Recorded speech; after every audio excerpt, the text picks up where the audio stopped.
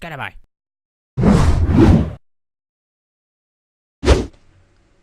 Hello everyone, it's Scasm from Gaming Kilt, and today I'm going to teach you a tutorial using Sony Vegas Movie Studio.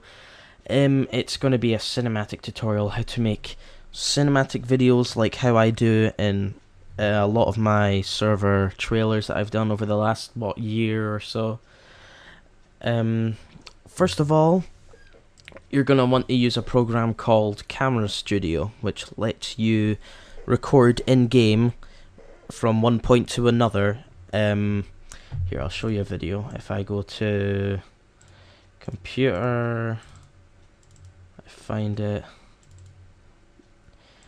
Alright, so Camera Studio, here, this should be it. Here we go. Basically, I'll turn that down. Basically, it's from one point to the other point. So basically, you do /cam P1 and then in another place /cam P2, and you can make it start and move it from one point to another in 10 seconds and record it using fraps. So first of all, the black bit at the top and the bottom of the video, you can see up there and down there. You're going to click the wee squarish icon that if you hover over it, it says event pan/crop. Click that, hold down Control, and click and drag the side of this until the black bit goes away. Don't do it too much where the black bit will come out the side, just enough so that it stays in this exact place. And you're going to want to zoom in a tiny bit, like about that much. Okay, now that we've done that, we're going to add the corner shadows. Now you don't want these to be too strong, you just want it to be a slight. I'll show you what I mean. So we go to video effects and we find cookie cutter, which is this one here, and we find the circle. Click and drag that. Don't drag it on the video, but drag it on the side bar that it's on, so that every video on that bar is then affected. Turn the feather all the way to full, and then adjust the size until the shadows only appear in the corners. That's too much. That's fine. Just like that. Okay, now we're gonna do this. We're gonna find. I guess we could use a warm effect or something like that. Yellow tint is a good one. We can use yellow tint, and then we could increase the contrast. No, that's kind of, it's a bit too. I don't know how to say. Red midtones, is this add? No, that makes it look nasty. We have to find something warm, something that should do actually. Now, once we've done this and we've checked that all these effects work, we can go back to open the pan crop again and then hold down Control, click and drag inwards like this until the top and the bottom are like so. And here at the bottom you have your sort of time-lapse animation things, which lets you move this so that it moves from one place to the other during the total render. So we're going to want it to go like that. So then if we play it from the start, it slightly pans a bit over to the side. Now I suggest we actually do that from the other side. So yeah, that should work out. And then we could have it sort of out a bit. That should be fine. So if we play from the start, that's the sort of video, that's the sort of outcome you'd get from my sort of videos. Okay, we're gonna do some adjustments here, such as the color. If I grab this, I should be able to edit. There's either too much or too little. And then we got color curves. We can edit. Cookie cutter, I think we should make this maybe a tiny bit more. There we go. That should be all. We can make it zoom out and then zoom in. Make it a bit faster. And then that should be a nice little cinematic thing we've got going right there. I tell you what, I'll add another video onto it so we can see sort of we can make some sort of I don't know, transition or something. So let's find a good. Okay, this'll do. Now, as you can see, it's already sort of, you know, thingied, but well, it's sort of it's hard to explain. It's already added the effects since it's on the same track as the other video. So we're gonna put that there. Let's turn the volume down. We want to have a fade from video to video. We'll have it fade out and then fade into the next video. So it's a bit like this. But obviously we're gonna have to edit the top and the bottom. Oops, that wasn't what I want to do. Until they both match exactly. Now there we go, that should match perfectly. So now if we play it from the start, it plays a nice foresty bit. This is just a test, and then we have a sort of World War II thing that I need to turn up. There we go. The World War II thing isn't actually for any videos, just a test I was doing. A little faster, and it transition happens to the next video. And if we want, we can add music. I don't know, you probably won't be able to hear the music. If you can, then enjoy it. If you can't, I'm sorry. I don't know how to make this stupid screen recorder record two sounds at once. I don't think it can, which is kind of disappointing. Where do I keep my music? Desktop? No, it's not. Oh, it's on my other... Crap, it's on my other thing. I don't think we can... No, I don't think we can view files from there. Oh wait, yeah, we can. Oh, that's good. YouTube, I have a ton of orchestra songs we can use. Let's see, what's this? Oh, okay, no. Oh, that's good. Okay.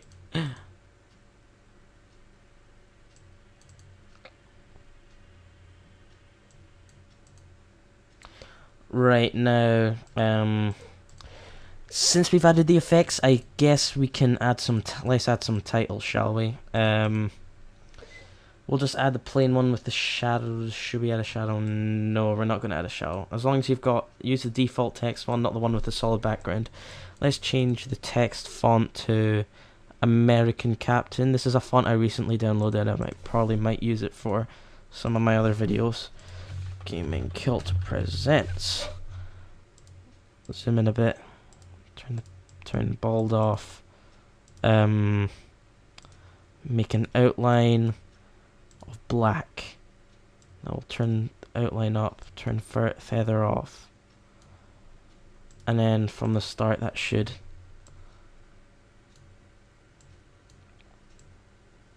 work. If I move this over a bit, and then we can have this say a World War II movie or something. A World War II movie. Alright, I can't spell well. You might notice that in some of my trailers. Gaming Kilt presents a World War II movie. So from the start.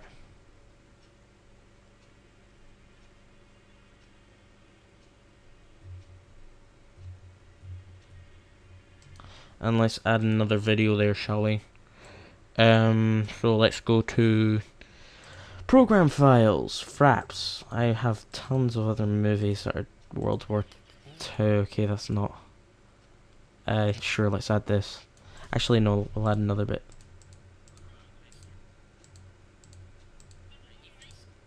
Okay, this is them getting out the boat, I think. So, if I cut this off, I'll move it across. Make sure you remove the sound when you're doing trailers, by the way. Okay, so this is them going across the shore, I think. Should be.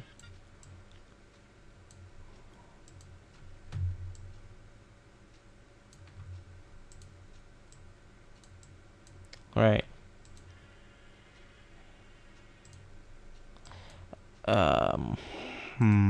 Let's zoom in, shall we?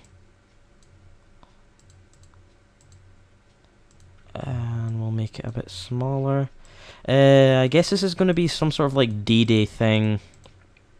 This is just a test, remember. This isn't like the full thing that I'm making here. And then here we have the Nazis shooting from the two bunkers.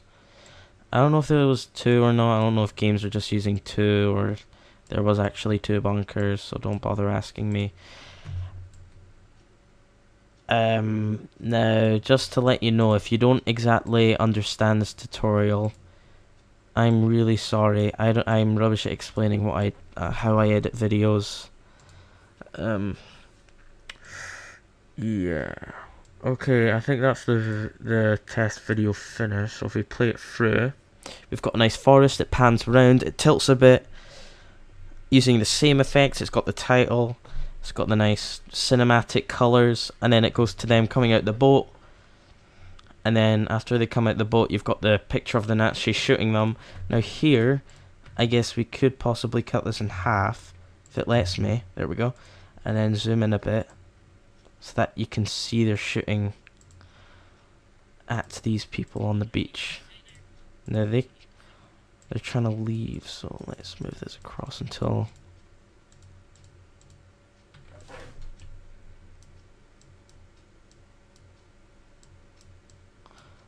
Alright. Don't worry, this video will be at the end of this tutorial, so... And if you have any questions, I will be answering them in the comments. None of the other GK members do this because they're all lazy. Anyway. Right, so let's see if this worked perfectly or if it failed terribly. So it goes along and it films them leaving the boat, and then we've got them sort of going across the beach here. And I need to edit this. I'm really sorry. I'm terrible at like telling how it happens. You know what I mean, surely. Like how to edit and how to edit the videos. I'm rubbish at explaining it. But this should be. And if you want to know the effects I used for each clip, I can show you them now. I used the circle center cookie cutter effect, turning the feather to full and size until the shadows only came from the side. I went to the color curves tab and I added yellow tint and warm colors. I didn't edit them at all until later, and that's basically all I really did. So I also went to pan and edited this thing, but I don't want to edit that anymore. And that's basically how I make my trailers. It was sort of a tutorial, I guess, but wasn't exactly. Thank you everyone for watching. If you feel like this was useful, which you probably didn't, you can subscribe. You don't have to. If you feel like you enjoyed the video, sure, you can go subscribe. But if you didn't feel like you enjoyed it and you want a better tutorial, then I can't stop you. You can go to another video. Thanks everyone for watching anyway. Thank you, goodbye, cheerio, yeah.